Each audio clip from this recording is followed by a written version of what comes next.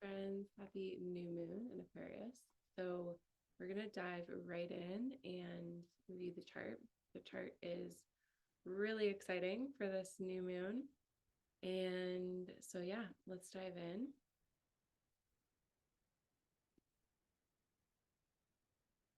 Okay, so here we have the chart for the new moon in Aquarius, and I am just loving this chart. So before we kind of dive into all the different aspects that we're seeing here in the chart, I want to talk a little bit about the energy of Aquarius and how we can work with that energy within this new moon cycle. So, as we know, new moons are a time of a new cycle beginning. And we have these larger cycles that we're within, right? We've spoken about the nodes, that's like an 18-month cycle. We have the cycles of all the different planets, but we have these moon cycles that we're existing within. And when we want to kind of work with more tangible and like smaller, more digestible cycles, it's really helpful to be working with moon cycles. And so the new moon is a start of a new cycle. And it is the moment where we are setting new intentions, we're planting new seeds, and we're beginning a new kind of journey over the next close to a month-ish. And so this new moon is happening in the sign of Aquarius. We are in Aquarius season. So the new moon is always going to correspond to wherever the sun is, because the moon and the sun are inherently going to be conjunct in a new moon chart. And so here we have the sun and the moon at 9 degrees of Aquarius. I love this chart so much, first and foremost, because there's so many positive aspects. So what you see here in the chart with all the blue lines, these are harmonious or helpful or positive aspects. There's very few challenge aspects within this chart, which would be red lines, squares, or oppositions. We have mostly trines and sextiles in this chart, which is beautiful.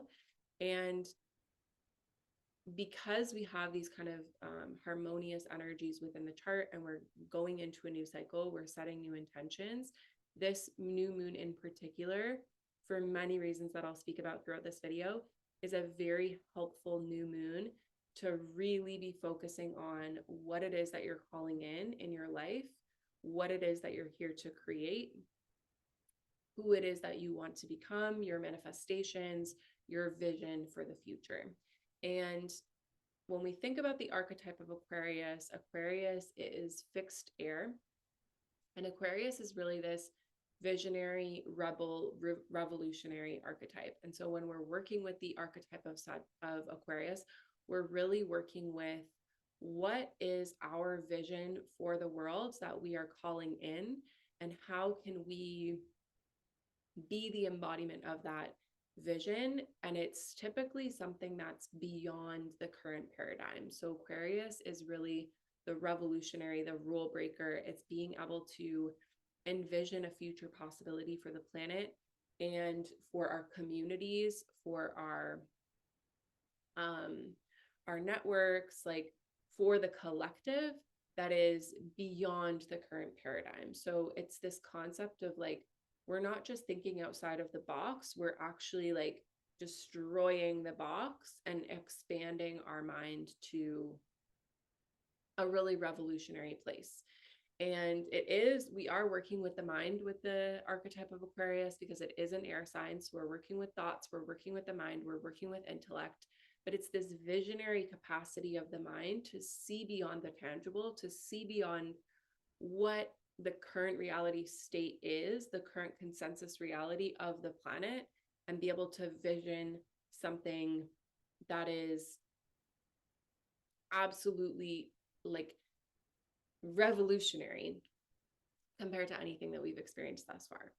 And so with Aquarius being our new moon in this chart, and then we also have, if you can see here, we have Mercury. Mercury is the ruler of the mind, our intellect, our communications. We have Mercury in conjunction with this new moon. It's not a tight conjunction, but it's still really important to consider. And Mercury's there also conjunct Pluto, which has just recently entered Aquarius.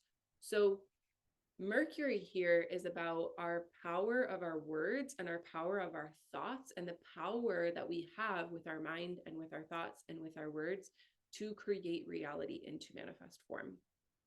And with Pluto there, again, there's this concept of transformation. There's this concept of death and rebirth, a new beginning.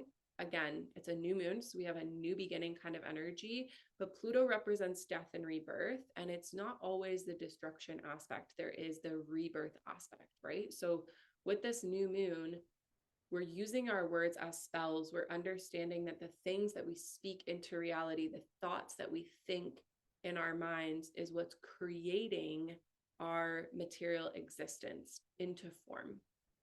And we want to be really intentional with our words and our thoughts, that we are creating the vision that we want to see in terms of revolutionizing the state of the world. Now, this becomes even more magical and mystical when we look at all of the other energy in the chart. So the heaviest influences in this chart are Aquarius and Pisces. I love when these two energies work together. They, it's a very interesting and magical combination. So we've spoken about this a little bit on this channel, but we are moving tighter and tighter into this North Node in Pisces conjunct Neptune. And Venus has entered the chat. So Venus is now coming into that conjunction. The three of them are going to meet up in exact conjunction, but right now we're building into this energy. And I've spoken about this energy as like this ability. With Neptune, we're dissolving the boundaries of material time and space. With Neptune, we're dissolving any limitation. So we're really tapping into our spiritual power as humans, our spiritual, our capacity to access that oneness or limitlessness that we do have access to, that's kind of transcending the material plane. And with Neptune coming into conjunction with the North Node, it's really about getting into that energetic alignment with our highest expression of our spiritual nature, so that we can call that into form and create our destiny, which is the North Node.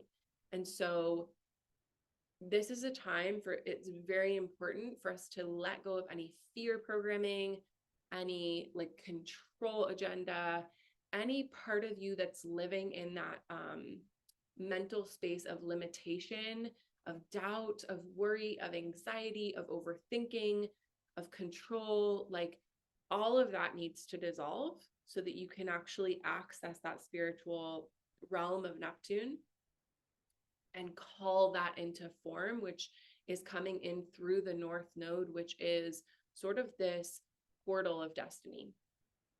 And Neptune is kind of activating this portal of destiny, letting us know that the pathway to our highest expression in our destiny and to sort of like a quantum leap in our material reality is through our connection to our spiritual nature. Now Venus is coming into the picture, and Venus brings Neptune, we could consider the higher octave of Venus. So Neptune, we could consider that the energy of spiritual love, the energy of, that experience of oneness with all of life, all that is, that dissolving of time and space, and understanding that the truth of our essence, the truth of our being is not limited by the third dimension.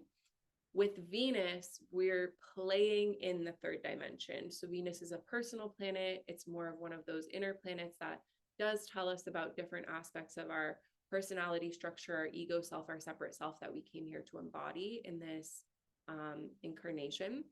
And with Venus, we are experiencing that energy of love, of beauty, of connection, of abundance through form.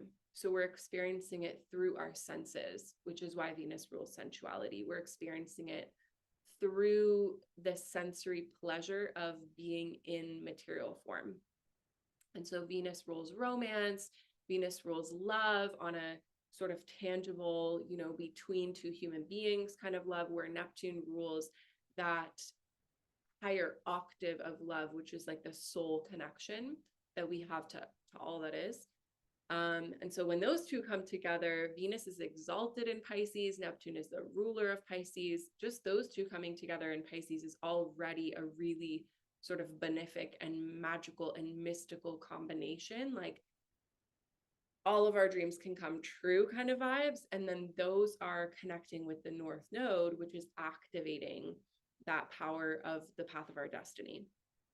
So really, really magical alignment there happening in Pisces with Venus, Neptune, and the North Node. And then, we have this visionary aspect of Aquarius, and the fact that this is a new moon chart, this is setting new intentions, this is a new beginning that's really asking us to step beyond the limits of the mind and call in a very sort of expanded vision of our lives and what's possible into form. And I know that it could potentially feel like there's a lot of challenge, a lot of destruction, a lot of separation happening right now on the planet, but the energy of this chart is really about seeing the potential beyond that feeling of limitation and understanding that we have the power to transcend that through our connection to our spiritual nature. The other really beautiful, there's a couple more beautiful things about this chart. So the moon itself is also, here's the new moon making an almost exact trine to Jupiter. Jupiter is the other great benefic planet. So Jupiter is here to expand. Jupiter is here to, I kind of think of Jupiter as this like fairy godmother energy. It's sprinkling everything with fairy dust. It's expanding our horizons. It's making us, able to tap into abundance and infinite potential. And so again, the dreams that we're dreaming, the intentions, the vision that we're calling in with this new moon, it needs to be expansive. It needs to be bigger than potentially whatever sort of fears or limitations you've had placed on yourself about what you think is possible for the collective and for your personal life. You need to blast beyond those. And also harmoniously, this alignment in Pisces, this Venus, Neptune, North Node alignment is making a harmonious trine to Mars still retrograde in Cancer. So this is really helpful because, Mars retrograde can be, can feel a little bit challenging, especially if we're stuck in that sort of masculine hyper productivity, always needing to be moving forward type of Mars energy.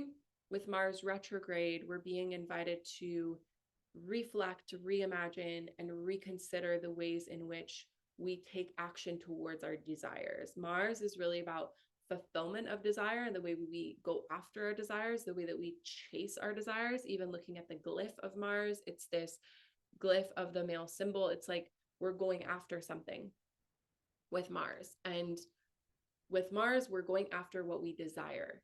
In retrograde in Cancer, we need to make sure that the ways we're chasing our desires are not causing us to become emotionally burnt out and are not in sort of conflict with our intuitive knowing.